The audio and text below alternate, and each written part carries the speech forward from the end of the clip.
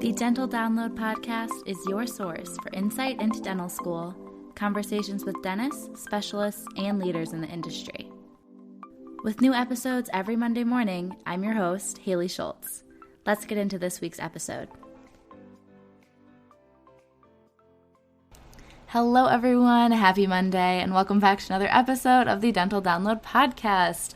This week we're joined with one of my really great friends. Her name is also Hayley, and she is a D4 at University of Michigan, where I also go to dental school, if you didn't know that. And we talk all about her journey getting into dentistry, so a little bit non-traditional. She did her undergrad for 5 years and then worked for 2 years and did a master's and is now finishing up dental school. So we talk about her process of figuring out she wanted to do dentistry, her reapplication process, how her master's kind of impacted her study skills, and the way she approached her dental school classes. We talk about her study habits, how she studied for boards, how clinical boards work, advice for working in clinics, so a wide range of things that I think are going to be really interesting if you are also a dental student or a pre-dental student. But before we get into that episode with Hayley, I did just want to share kind of what's been going on in my life in dental school this week, as I usually do in these intros. So this past week, we had 2 exams, biomaterials and neoplasia. Biomaterials went very well, which was so exciting because if you are a loyal listener, you would know our first 2 biomaterials classes that we had during D1 year were some of my worst grades that I've had in dental school. So it was really exciting to finally get an A on a biomaterials exam because that's never happened before. We have a different professor for this class, so I think that's why. It just kind of worked better with my brain and was more clear, and I was able to perform better. And then our exam today in neoplasia, I feel like went decently well, but I don't have my grade back for that yet. I do think that it was an interesting class to study for, and diagnosing oral lesions is so important and a really acquired skill for dentists. Yes, there's a lot of different types of precancerous and benign lesions that we need to be aware of, and then the most common actual oral cancer is usually squamous cell carcinoma, so that one kind of made some answers to certain questions a little bit obvious, but there was so many other different lesions and conditions that we need to be aware of, so it was a lot of information, and it's just something that doesn't click really quickly usually for people, and hopefully by the time I graduate and I'm actually seeing different lesions on patients, it will be a little bit more apparent what a lot of the common things are and how to figure out what's going on when something isn't so common. And then I did mention last week that I had an exam for GU, genital urinary system, that was really tough, but I actually did kind of decent on it, so that was exciting because a lot of the questions, like 7 questions, there was like less than 60% of the class got them correct or something, so he decided to not count those questions, so my score could have been like 7 points lower, but it wasn't. So I did pretty decent, which was exciting since I thought I might have possibly failed, but probably got like a 70 or something, and I ended up with a high 80, so that was really great. And looking ahead, school-wise, as I've also mentioned in various episodes, I don't know how many people consistently listen every week, so I just like to kind of share the big things a few times. Moving out this week, moving out tomorrow when I'm recording this, so the Thursday before you listen to this episode, I'll be home for all of August. For the most part, we're going on a family vacation to Alaska for 10 days, so that's kind of why I'm moving out early. That way I can be settled in, take my finals, and then once we get back from Alaska, I'll have about a week of weekday, and then that weekend I will move into a house with my current roommate Amanda and a couple D3s. I'm excited to have more space, have cheaper rent, be in a nicer place, just all good things. Moving in itself is a big hassle, and it's expensive and it's annoying, but hopefully once I get into this new place, we'll be staying for a few years. Fingers crossed that it all works out. Other than that though, like I said, finals are coming up, so next week no exams, just finishing up projects and assignments and studying in preparation for finals.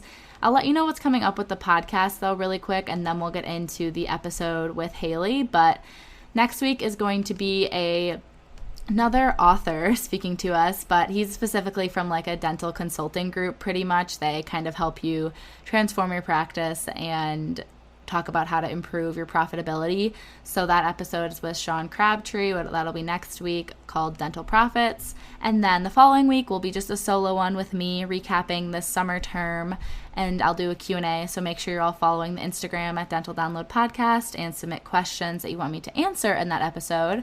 And then the following week, August 23rd, is going to be a dental graduate from University of Michigan, that graduated in 2018 and owns his own practice. So I just recorded that actually right before this intro, and I know it's a really interesting episode and I learned a lot. Then the following week, at the end of August, is going to be another guest, and she is a dental student at UNE, University of New England. And she's also from Michigan, the state of Michigan, the Upper Peninsula, but she goes to school now at UNE. So another fellow dental student chit-chatty episode, and those are always really fun, I think. So with all that said, let's get into the episode with Hayley.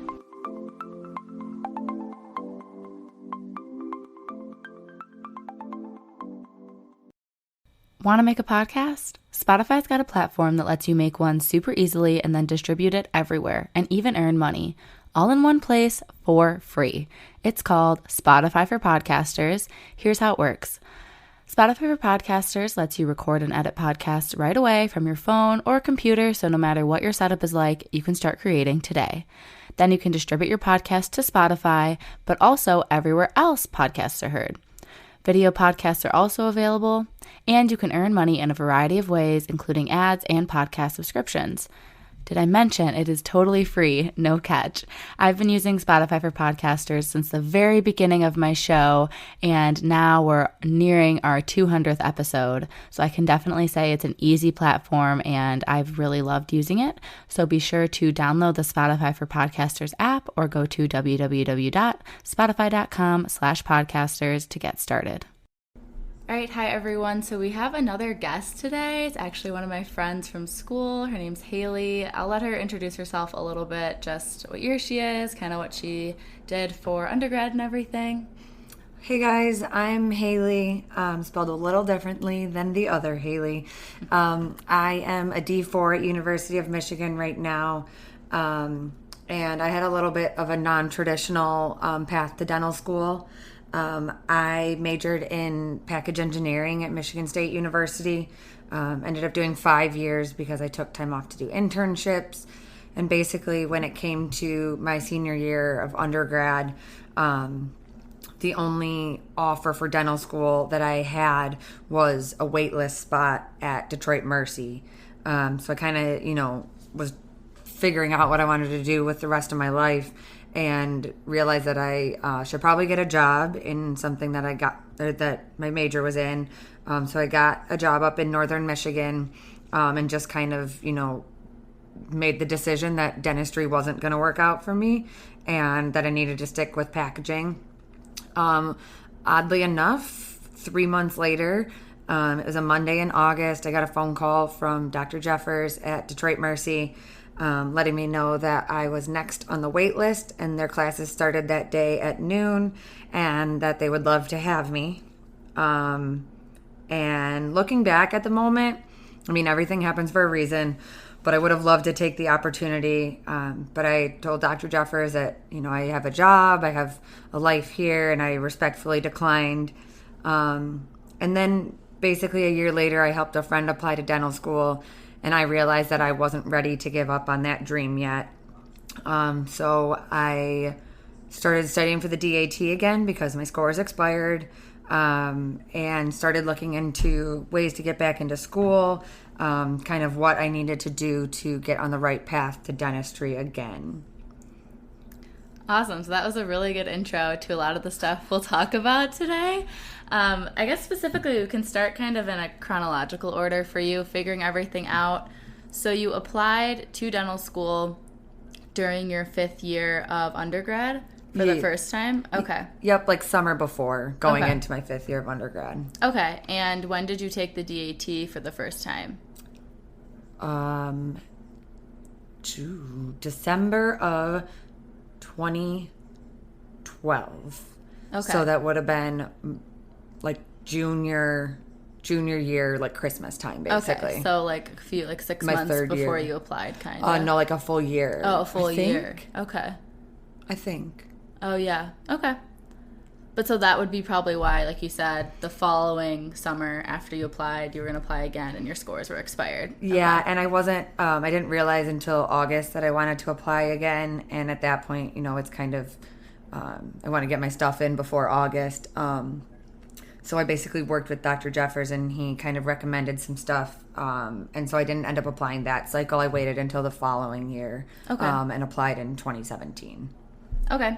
So did you kind of have guidance from admissions people at the dental schools as to like what to improve in your application? Yeah. So I reached out to Dr. Jeffers personally and just kind of let him know that, I was still interested. I knew that I obviously didn't have my seat still at Detroit Mercy, but what I would need to do to improve my application to be competitive in the cycle I did apply in.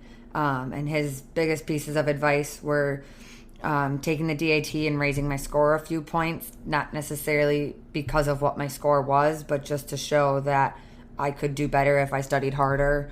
And then he also recommended a master's program at Wayne State University. It's a Plan B program, which means that you don't have your own thesis, you don't do your own research. In a sense, your like graduation paper is essentially like a large literature review. You pick a topic, you work with research faculty to kind of dig deeper into that topic, and you're kind of writing like a scientific review of other research that other people have done. That's good. Yeah, I feel like that's kind of similar to what I did on my study abroad. We didn't have to do our own research. We just got to do literature review, which was, I think, easier than the whole research project. Yeah, definitely less time consuming. And it was, just kind of nice to be able to review a topic. I could pick anything. And I chose the effects of caffeine on athletic performance, which is something that, I've grown up as a dancer, so that was always really relevant to me. So, yeah, I really liked that. Would you say that you would recommend people doing a master's before dental school just to, like, get more acclimated to, like, a rigorous curriculum? Yes, specifically for that. I don't know how it would have been coming right out of undergrad, like daily classes and that sort of thing. But even then, the classes are only so hard. You're only at school a certain number of hours a week. And the master's program that I did personally was med school courses that were just taught in a separate section, basically. So it really showed me how much harder I needed to study, kind of like the level of doctorate education, which I definitely wasn't used to from undergrad. And as someone that took a break for 2 years between undergrad and my master's, I think I would have drowned my first semester of dental school without getting back into school. We only took 2 classes a semester, but it still, got me back into studying and busted my butt and learning things more in depth than I did in undergrad. So were you able to work at all during the master's then? Yeah. Okay. I had, we only take 2 classes a week. Some of them you didn't have to be in attendance for, that kind of thing. I personally went the overnight route, so I worked 40 hours a week overnight at Planet Fitness for a year, and then overnight at a luxury apartment complex as like the front desk representative. The second one was really nice because I could just sit there all night and study and do homework, with the exception of, a few bar stragglers coming in. I didn't really get bothered much, so that allowed me to focus on school while also working. I think people will probably be curious about this too. Do you feel like there's time in dental school now to work? No. No, I don't. yeah. I think that, I know I have a classmate that's been working, but she works at a place that she worked at growing up and can make a very flexible schedule because she knows them well. I think that any, like, quote-unquote time off should be spent relaxing, hanging out with friends, that kind of stuff. I don't think it's worth it to stress yourself out over having a job during dental school. Mm-hmm. Do you have any advice, I guess, for people that want to switch their career to dentistry and they feel like they're like behind and late, like what would you tell someone that was coming to you with that? It's time is all relative. I'm definitely older than a good majority of my classmates. And, you know, I've had different experiences in life. But I just really focused on what I wanted. You know, I had a great job as an engineer for 2 years. I was leaving work and I didn't feel like I was fulfilled with what I was doing every day. And even going through dental school with the challenges that we face every day as dental students, I'm still happier doing this than I was sitting at a desk working as an engineer for 40 hours a week. So it's just important that even though comparing yourself is so easy in dental school or in the application process even, it's just important to remember why you're doing it, and that every single person in dental school has a different path that got them to dental school. Mm-hmm. Do you have any like resources or things you'd recommend for people that don't even really know where to get started for applying? Ooh, wow, I haven't applied in 4 years. How weird. Well, something that wasn't around when I first took the DAT was DAT boot camp, which like changed my life for studying. I did the Kaplan course the first time and it did okay, but not nearly as well as I needed to study. DAT boot camp was a big game changer. I don't know if that's still in existence. Okay. So that's really, really a huge help that does a good job of whether you're, you know, coming fresh out of undergrad or you've taken a few years off. I think DAT boot camp is a great way to kind of refresh and do well on the DAT. And I would reach out to admissions offices as well, whether that's the schools you want to go to or if you have a personal connection with someone at a school and, you know, they can get you in touch with someone.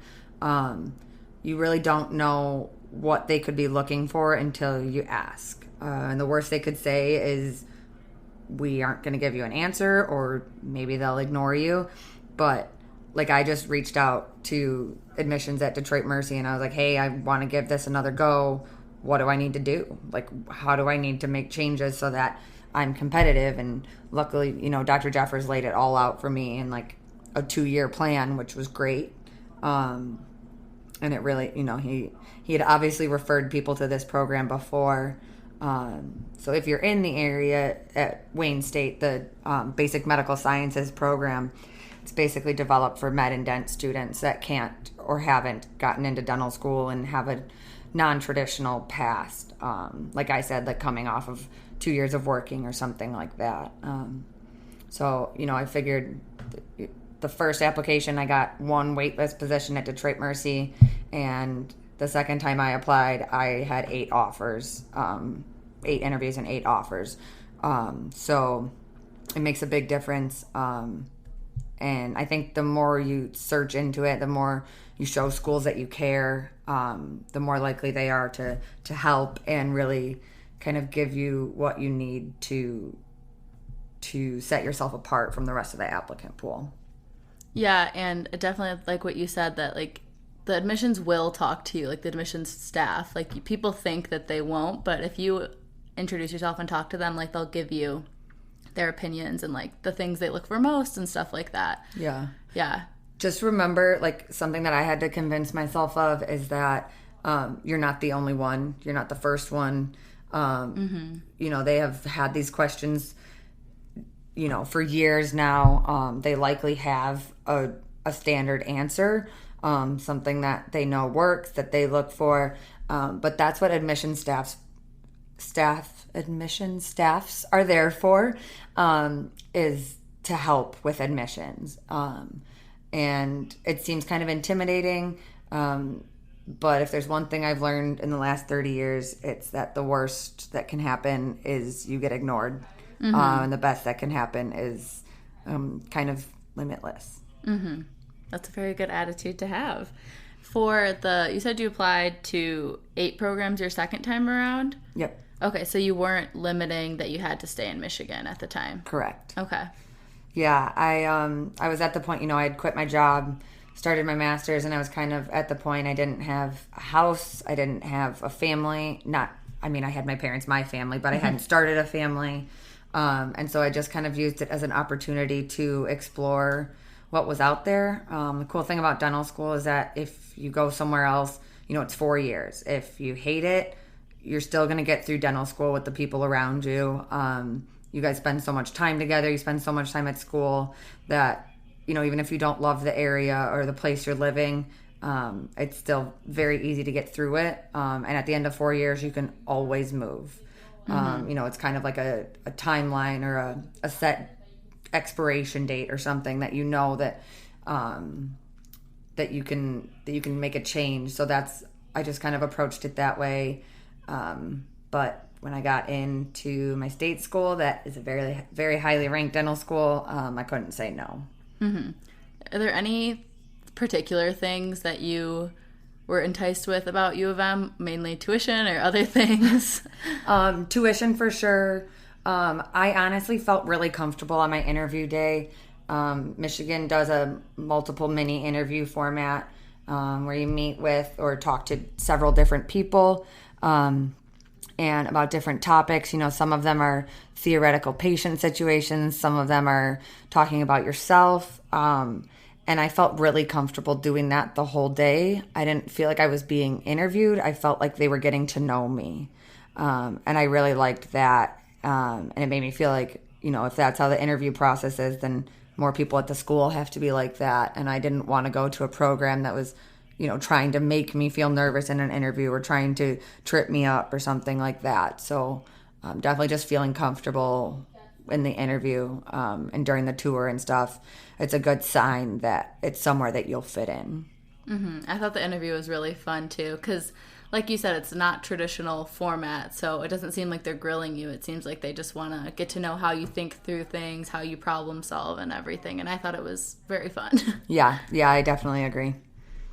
So you kind of already mentioned, we talked about your master's, how that translated into some skills that you use in dental school now, but are there any other life experiences that you had before dental school that you feel like gave you some good skills that you use now?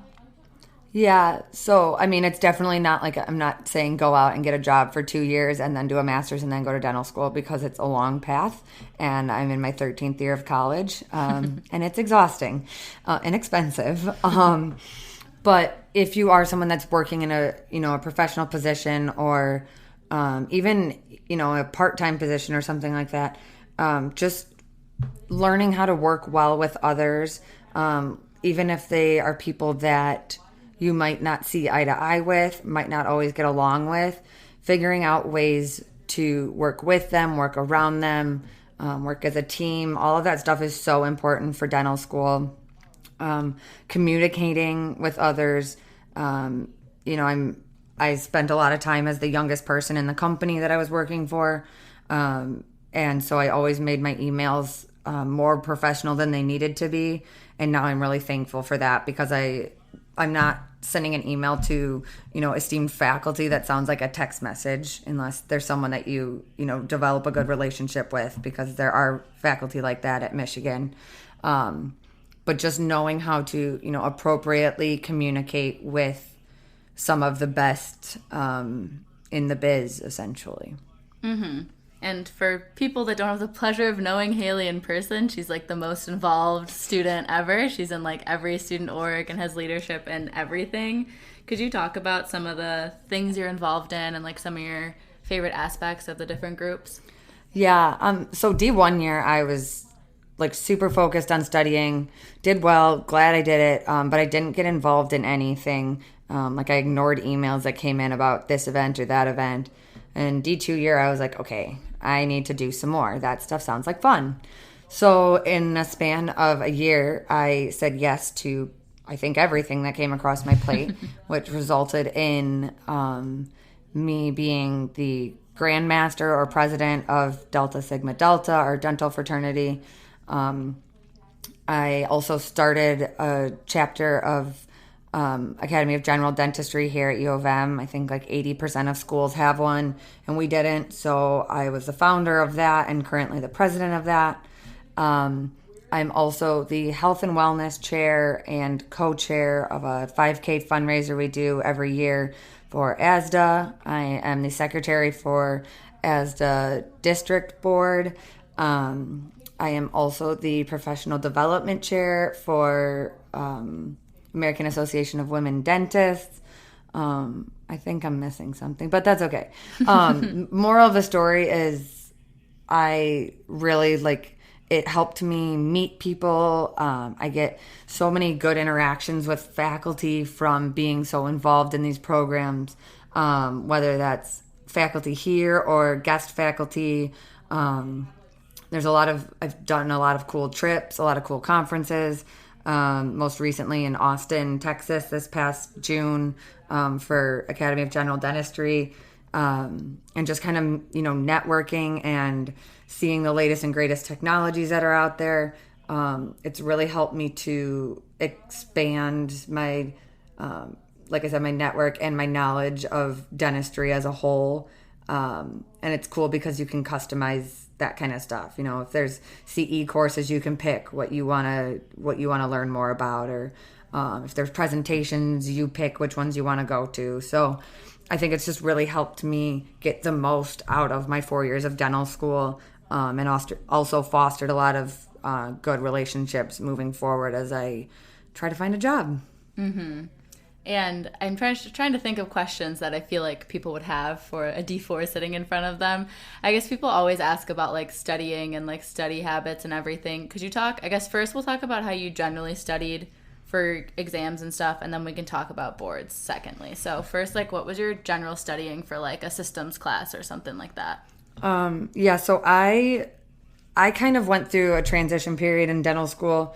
The first at least semester or two, I only went to classes if there was iClickers or quizzes or something, and just told myself I would stream the lectures at home. And then it always came down to me not having enough time to stream all the lectures, so I would go into an exam with, just the notes from the slides, and I wasn't benefiting from it as I thought I would. I didn't have a good comprehension of things. So I think winter semester or third semester of D1 year, I told myself I had to go to the lectures because it was the only way I was going to keep track, keep up to date on all the lectures we were listening to, the stuff that professors in lectures say, this will be on the exam. I was missing out on all of those.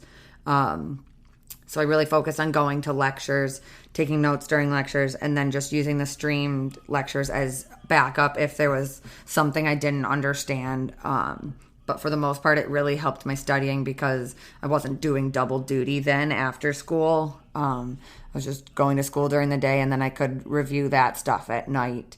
And I think a big thing was just realizing the depth of knowledge that you're expected to know in dental school. They teach a lot of information, and I think, we're expected to know all of that information, but learning what your professors are going to test on is a really, really key thing to focus on, because I was learning all the minute details. If there was something in a lecture slide I didn't understand, I would reference the textbook that was listed in the syllabus, and I would, go into this black hole. But I enjoyed learning, but it wasn't stuff that was on the exam, so I was essentially, hurting myself when it came to studying. So I think just realizing what the key points are, what the big pictures are, what's expected of us as dentists to know, that helps with studying for exams and really helped me do better my second year of school.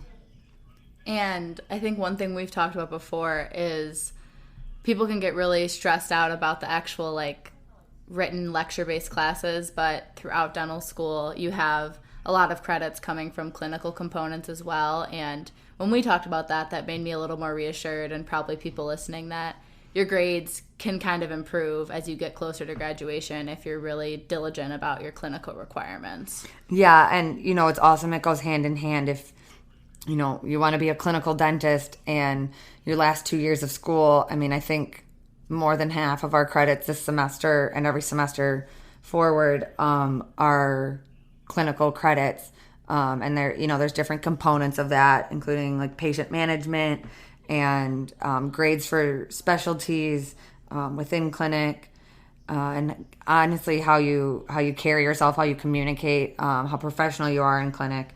And basically, if you just work at being a clinical dentist, your grade reflects that. I don't really doubt my grades anymore.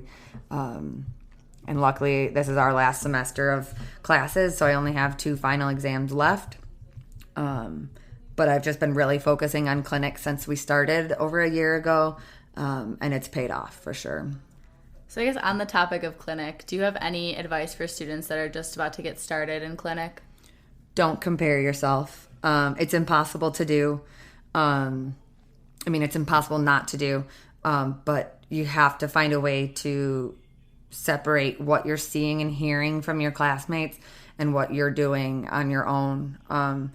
The things you'll hear about from classmates are either like they're really bad experiences that they're making light of or something like that, or you're going to hear about their really good experiences. And even if you don't have those same experiences, you have your own good experiences, whether they are equivalent in a sense or not. It's building you to be the dentist you need to be. So it's important to, find your wins and be happy about them. And then another big thing is just going for it. I was kind of hesitant. I didn't really push myself in terms of the amount of time it took to do a restoration my D3 year.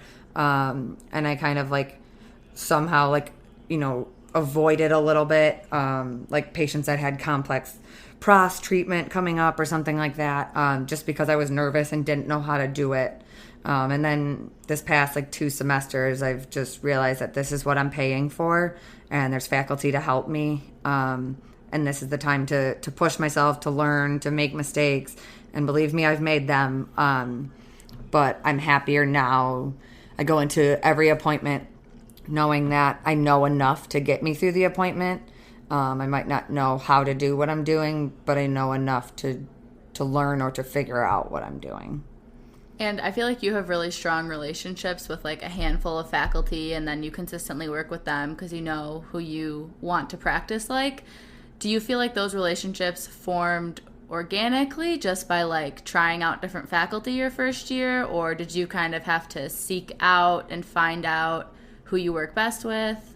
Yeah, so I'm not sure what systems are like at other schools, but we kind of have, we'll have 3 restorative faculty, 2 pros faculty, a perio faculty in clinic one day. And at first, I pushed myself to work with as many different faculty as possible. If I didn't know the name, I would work with that faculty that day, which I'm really happy I did at the beginning because I learned a lot. I got to see so many different styles.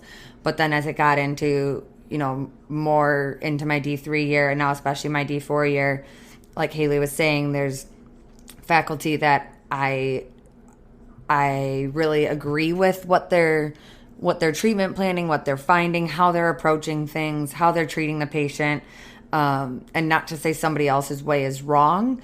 It's just what I work best with and what I learn best from and how I want to be as a dentist. So now I've just kind of refined it so that I'm working with faculty that I work well with so that I get the most out of my dental school experience. Yeah, I think that was all really good insight for clinic stuff. I mentioned we could talk about boards, but we haven't yet. So that's one last thing I want to talk about before we wrap up.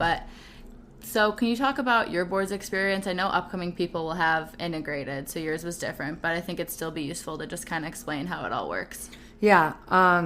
So boards are a terrifying thing. They're stressful.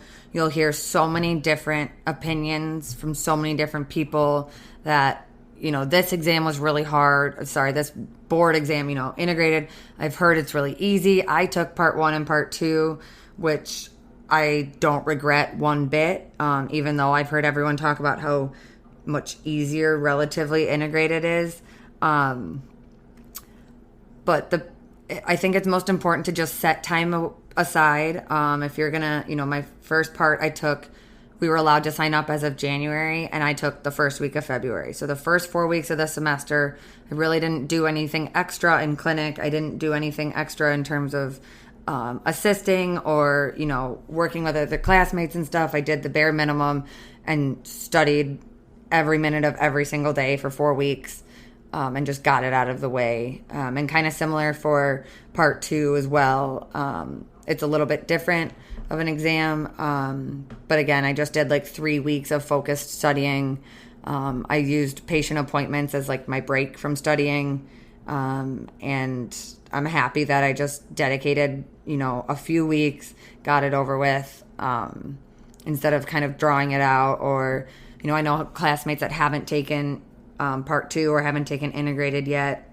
And now we're kind of at the point where, we're in our 4th year, it's our last football season. It's our last, everybody wants to go like apple picking and all the other fun fall things we do in Michigan. But there's friends that still need to study for boards. And I think they're kind of realizing that they should have just got it over with when everyone else was, because that's when we were all, we weren't going out, we weren't doing a ton outside of school, we were just studying. So kind of get a feel for what your classmates are doing. Obviously, if that's not something that would work for you, you don't have to follow it. It is very free in when you want to take it. But it's a good thing to have study buddies just to hold each other accountable, or to have a glass of wine with when you have a really terrible day of studying. And just to kind of celebrate with when it's all over. I know you've mentioned to me that you really like the Mental Dental YouTube page for studying. Is there anything else, like resource-wise, that you would recommend? The Dental Mastery app is really helpful. I think that questions on boards are a little more challenging than the Mastery app, but it's a great tool to have, like, when you're sitting waiting for class to start, or in between patients, or at lunch, to just flip through questions and kind of keep your mind, focused on the things we need to know. There's so much information, but Dental Mastery goes through every single question. Once you answer it, it tells you what percentage of people got that question right. It gives you an explanation for why every wrong answer is wrong and why the right answer is right. So you're not only seeing the information about the right answer, you're also learning more information outside of that, which was really helpful. And then, in terms of just kind of reviewing and where to start for studying for boards, Mental Dental was great to cover all the topics. And then after that, just, I think I just did Mastery app, and went through old exam questions until I couldn't stay awake anymore. And you passed. So. And I passed, yep. Yeah, I know Mental Dental is working with DAT boot camp now because they made an INBDE boot camp. So that's awesome. That's probably going to be a really good resource when it's fully finalized that people can check out if they want to. I guess last thing though, patient boards. I know you haven't taken them yet, but can you kind of explain how they work? I know there are a couple different sessions. Yeah. So at Michigan, we take the CDCA. It's a pretty popular one. I know not everywhere in the country accepts it, but a lot of states do. And if the state you practice in doesn't accept the boards your school takes, you can take other boards. So don't think that you're limited there. But basically, we have to register by the end of August. It's expensive, like $2,300, but that covers exams for the rest of the year. There's one written portion that I believe is like treatment planning, diagnostic stuff like that. It's a half day at a Prometric testing center, and I've heard that it's as long as you study for a couple days before, it's a breeze. And then in October, we will have our pros and our endo boards. Both of those are on mannequin teeth. They, which is nice because they're, regulated. They're all standard compared to live patient boards, which gets into a whole bunch of other issues. Mm-hmm. But yeah, so that's in October, and then in March we take our perio and our restorative boards. Again, this is the, I think, third year that this is on mannequins in the state of Michigan. I know it has been approved to use mannequins for restorative and perio nationwide. Some states have regulations against it. But for the most part, I think, especially with COVID, most people are moving to mannequin boards. And then as long as we pass those, that's what we need for our license. And then you can be full dentist, degree plus boards, and you're good to go. Yep. It's a long road and a lot to get through, but so worth it. Okay, before we wrap up, what is like your final take-home message you would like to leave people listening with? I think the biggest thing is to go on your own journey, whether that's leading up to dental school, while you're in dental school. There's so much comparison happening. It's a ton of type A students that all really want to excel at the same thing. And you just have to acknowledge that every single person's path is different, no matter what they show outwardly. Make sure that you're doing what you need to do for yourself to be the dentist that you want to be at the end of the day. And if people have more questions specifically for you, is there a good contact, like an email or? Yeah, my email is lairdhay, LAIRDHAY @umich.edu. You can also find me on social media. Sometimes I'm not great at checking my DMs on Instagram. It's a little behind my time, or ahead of my time. But feel free to reach out to me in any way. I will eventually respond. All right. Well, thank you so much. Yeah, of course.